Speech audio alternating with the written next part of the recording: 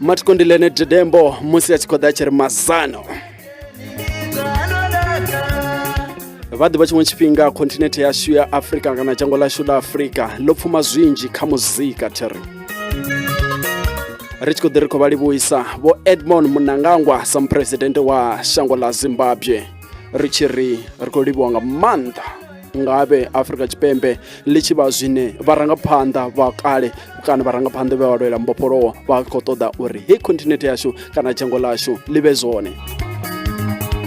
Minete miraru u livha kha awara yashu ya vhurathi kana kha awara yashu ya vhuraru hafhanoni ndi tshi khou ḓiri kha ireme mthetsheliswa nga nṋe na vhone ro takulana u bva hanefhaḽa nga awara ya vhufumi na vhuvhili u swikela zwino nga tshino tshifhinga kha awara yashu ya vhuraru ndi tshi khou tenda khathihi no phulupheledza uri ndi yo ḓi tou tshimbilisa nga u tou rali mbekanyamushumo yashu ya Youth in Touch na mushavho lwa ndivhuwo ndi tshi ri luambo lwa pfunzo thiri rema nga luṅwembe vhana mulindo wa vhuya wa ḓala na zwinzhi zwe ra lavhelesa ndi tshi khou tenda khathihi no phulupheledza uri nga tshino tshifhinga nṋe na vhone ri siela vha mbekanyamushumo ya Power Beat ane a ḓo vha hone is either DJ Muff Peterson khathihi nene the spoomnisi ri sangwe na the sportsman murwa wa magau ndi Dion murwa wa magau hononi vha ḽi dzhie ngo tou ralo elononi iphi to shumela venḓa thiri